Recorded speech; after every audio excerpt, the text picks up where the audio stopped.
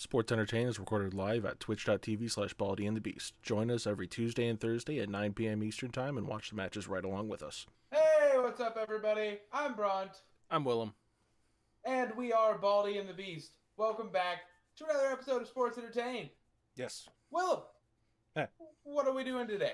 Today we are watching Shawn Michaels versus Chris Jericho from the Great American Bash 2008. Oh, buddy.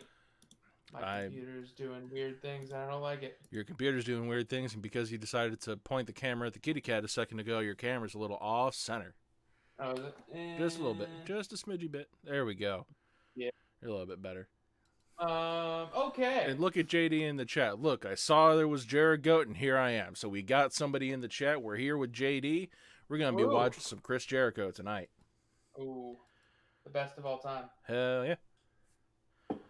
All right. So this happened on July 20th of 2008 at the Great American Bash in the Nassau Coliseum. Nassau Memorial Coliseum in Uniondale, New York. There were 12,454 people there. My brain does not want to read today. So anyways, on June 9th of Raw, Shawn was a guest on Jericho's highlight reel. And so previously, and I remember this from watching the product at the time, Shawn had been using like an injured right leg to like get one over and win matches. And this is when he had finally come out and said, no, I'm lying about that. So Chris turned heel on the guy that was lying about an injury. Yeah. By attacking him, which should be the face thing to do, but one of those moments where the heels are technically right. Yeah.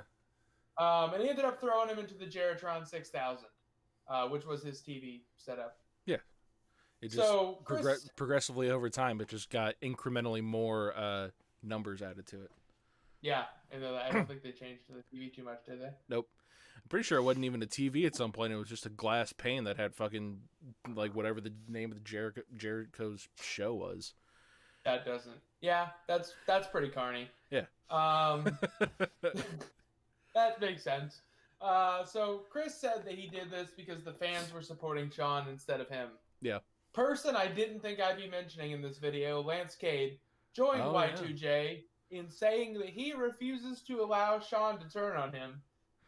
Like he would have the chance to have Shawn turn on him in the first place. Like everyone else did. Also, and I in my head canon, this is how he says this in real life. This is how he said this in his promo. Also, he appreciates Chris, unlike the fans. That month at Night of Champions, Chris lost the Intercontinental strap to Kofi when Shawn appeared and tried to attack him. After the match, Jericho punched him in the right eye, which was the eye that was injured when he got thrown into the TV. And then the next night on Raw, Chris issued a challenge, and then Shawn accepted it the next week. That's how we got. So there was a little bit of bad blood between these two. There's a little more to come, but this is the start of a pretty good feud that ends in a pretty good match. Well, and I think another part of the feud is that one of the matches that Shawn like really kind of messed with the leg on. It was a match between Shawn and Batista, and Jericho was the special guest referee in that match, and he got one over on Jericho. Yeah, that's right. So good shout. Even more like justification on Jericho's end for like to turn on Shawn, and Shawn is still the babyface in this. Yeah, Willem with the deep cuts there. Yep. Alrighty, so that was the build to the pay-per-view. Let's get to the pay-per-view itself. That's the best way I've ever transitioned that. I should keep that. Also, JD in the chat, he said, it wasn't a TV, Bront. It was just a slightly smaller Titantron. Just slightly. That's definitely Chris Jericho's headcanon. Yeah. Speaking of headcanon, I believe that. So to start off, we had a Fatal 4-Way tag team match. It's probably won by Miz and Morrison because they're who is holding the belts. Yeah. You know what I should really do? Willem. Buy me 10 seconds. I don't know how I'm going to buy you 10 seconds because I'm trying to figure out who's, like, realistically, who would be in this Fatal 4-Way match because I can't tell you. Let me see if I can open it in another tab. Oh, that's exactly what you were doing. You were just looking up who was in this match. Yeah, I was going on to Wiki. Yeah. That's why I need you to buy me time. So, in the match was John Morrison and The Miz, who came in the champions, Jesse and Festus, Finlay and Hornswoggle, and the last team who won was Hawkins and Ryder back in their probably Edgeheads run when they were good. That was not when they were good, but right. That was the Edgeheads run, and also Jesse and Festus. You know, the birth of Doc Gallows. Yep. He was pretty young then too. Yeah, he was. JD, I would plug a sponsor if we had somebody that would pay us to do the show. JD, you could pay us and we would sponsor whatever you wanted. Yeah. Shout outs to JD, who's a homie. Yep. Always shows up. We appreciate it. Yep. So next up, we have another champion losing as Matt Hardy loses his belt to Shelton Benjamin for the United States title. The next match, which for the ECW title was Mark Henry and Tommy Dreamer. This was around the time Mark Henry was kind of hitting his revival in ECW, being built up. He won. Next was our match, Chris and Shawn. For the Divas Championship, we have Michelle McCool and Natalya. For the time, that was probably a very good match. You took your spacing on that really weird because you put it as Chris Jericho versus Shawn Michaels for the Divas Championship, and then yeah. Please insert space. Insert space. I will not be changing that in post. Boo. I don't got time for that. Yeah, that was probably a really good women's match for the time. Michelle McCool is actually, I feel like she's rather underrated as a performer. Like she's not great by any means, but she's still underrated for what she was. For the time though, she was what? Is her, Mickie James, Natalya. Who else? Natalya, Beth Phoenix. It was kind of like Did we put Layla in there? I don't know. I never really watched. Not the point. We got way off topic. Anyways, CM Punk, who was the champion going in, didn't lose his belt to Batista. There was a double disqualification. JBL defeats John Cena in a New York City parking lot brawl. 2008, this was probably around the time Cena did the Crime Time stuff. Yeah, you're probably not wrong. So, because I remember they had a feud around this time. And then your main event, Triple H, who was the champion going in, defeats Edge for the WWE Championship. Yep. Also, it's worth pointing out for the CM Punk Batista match, this is, I think, around the time of CM Punk's first world title run that they really gave him. And 2008, yeah, probably. He wasn't like, I don't want to say he was great with that. He wasn't great with it, but he didn't present himself as a champion backstage. And this was around the time that Taker really started giving him shit. Like, if you're going to be a champion, you need to dress like a champion. And that wasn't him. Nope. That was never going to be him. No, that's not how CM Punk do. Katie in the chat. Michelle. Hey, Katie. All right. Do you want to do the countdown so we can get into this match? Yeah, let's go ahead and get right into it. If you're looking for it on the network, it is the fifth flag in, starting at 46 minutes, 35 seconds. Give you about 10-15 seconds. JD has to know how the Triple H Edge match went. Honestly, I'm not entirely sure. Let's see what it says on the wiki. This was 2008, so it was, I don't want to say prime Reign of Terror, but it was like right nearing the end of the Reign of Terror and kind of starting in like prime Edge territory. And this was mid 2008, so I'm sure it wasn't a terrible match. It was probably 2.5, 3 stars. Might be worth watching if we get a chance sometime down the line. It looks like old Davey Meltzer gave it like 3.5. Okay, so it wasn't terrible. He gave the JBL John Cena match 1. Yeah, so I'm not very surprised with that one. It was a street fight, though. They should be able to carry to at least a 2.5. Yeah. Any hoozle. Let's go ahead and get started on the match. We're going to count it down from 5, 4, 3, 2, 1, click. You son of a bitch. You know he's thinking it. Yep. You son of a bitch. You see what happens, Shawn? That's another reason that wrestling should be TV 14 a higher rating. Yep. Because sometimes when you're fighting a guy, which is what wrestling is, Oh, damn, that that's was it. the end of the match. That's the end of the match. Holy shit. Jericho punched Shawn in the bloody eye area. Yeah, I didn't. A bunch of times. I had no idea that's how that match ended. That was a very sudden ending. I forgot this match was this bloody, but Chris is covered in Shawn's blood. Oh my god, like Chris is covered in blood, Shawn's covered in blood. There's like he had quite literally like the crimson mask going on, and friggin' Jericho had the crimson body paint going on. Holy fuck. Yeah. And Shawn's didn't go away. No. He hit a gusher. Yep. We could have played this during Mootober. We definitely could have played this during Mootober. I had no idea that this match ended in like a DQ no contest win because Shawn just passed out from the blood. That's very interesting. What you got? You kind of at a loss for words.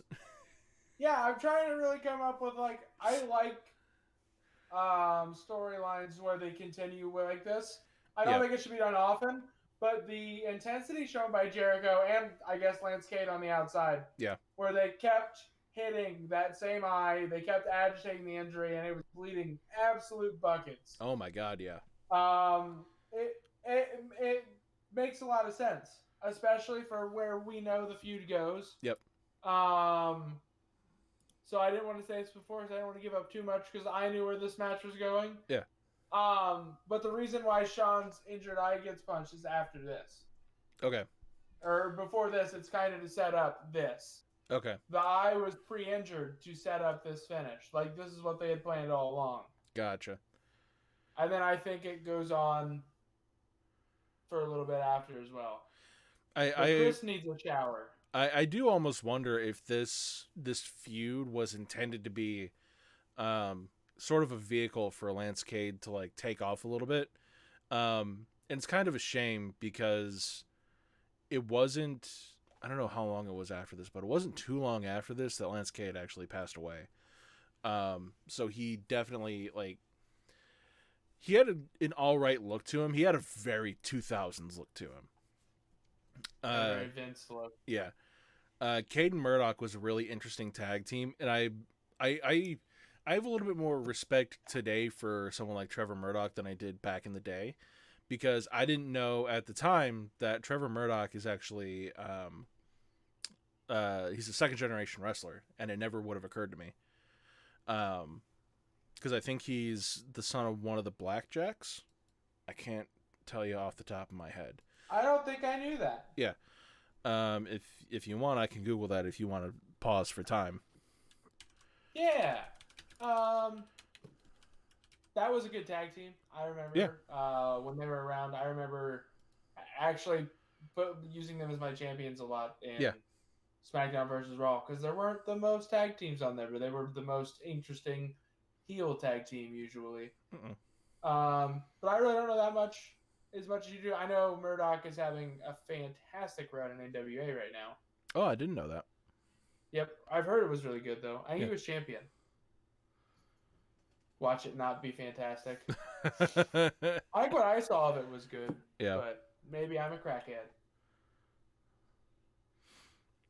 You know how I'll buy for time? I have the best way to buy for time. Go ahead. I'm gonna show my cat. You're gonna show your cat? You're gonna go flip around, see your kitty cat. Look how cute she is, taking a little nap. Look at that little kitty cat. Look at that kitty cat. You know what? I can't find it. I've heard somewhere. I can't remember where, but I don't know how, like who he's related to. We'll figure it out later. It'll come up at some point. Anyway. So now that we've stalled for time, now that we've got to the end of the match, out of 5, how are you rating this match? So it didn't end decisively, and while I liked the ending, that always plays a little bit to its detriment. I like decisive finishes. Mm-hmm. but that's not gonna hurt it too much because the finish was fantastic. It Yeah. wasn't a bad finish by any stretch, and it really didn't take anything away from me. So I'm still going like 4 stars. I'm gonna give it 3 3/4 stars, mainly because I feel like the inclusion of Lance Cade was really kind of unnecessary. Um, in the run-ins and stuff like that. Much like you, I do appreciate like a solid finish to a match, but I can understand where this would go to lead it on to the future. Um, I do think that it could possibly have been done in a slightly different way, where I don't know, maybe Jericho got Shawn in the walls and Shawn just passed out, and that way there's a definitive finish, something like that. Yeah, Because and that could echo back to like um, where Brett had Stone Cold in the sharpshooter and Stone Cold just passed out because of blood loss. It's a very similar finish, but it's a very good finish. that would have been really good. And Yeah, I feel like that would go to extend this feud on just a little bit longer because Shawn didn't quit. He passed out. yeah, And that's I how like it could go. that. Yeah. I love storylines that finish like that, like the Eddie Kingston that was just done recently, Yep. where he never quit Moxley, he passed out. I think if done sparingly, that is a fantastic way Yep. to continue something. Yep. Do we want to do the new gimmick on this one? The where we rebook this with current wrestlers, or is this like kind of current enough that it stands on its own still? Let's redo it with current wrestlers, but with a caveat: mid carders only, because this was a mid card match. Whether or not the performers in it were mid card is not Because it took place on the important. mid card. Yes. Okay.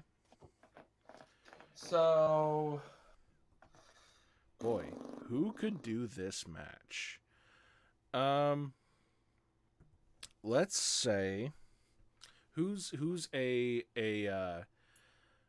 preening heel asshole that could take the place of Chris Jericho. Sammy Guevara. Okay, go ahead and you've got Sammy. Who else do you got? Who's taking place in Michaels? I don't know. I was answering your question. You said who was a preening heel No. asshole. Your choices. Who are you choosing for this? Oh, I was gonna pick Sammy anyways. Okay. Sammy is Chris, and my Shawn is who's in the mid card that can do all the flippy stuff that Shawn does and hit a super kick. Oh fuck it! You know what? They're not mid card, but they're a tag team. So,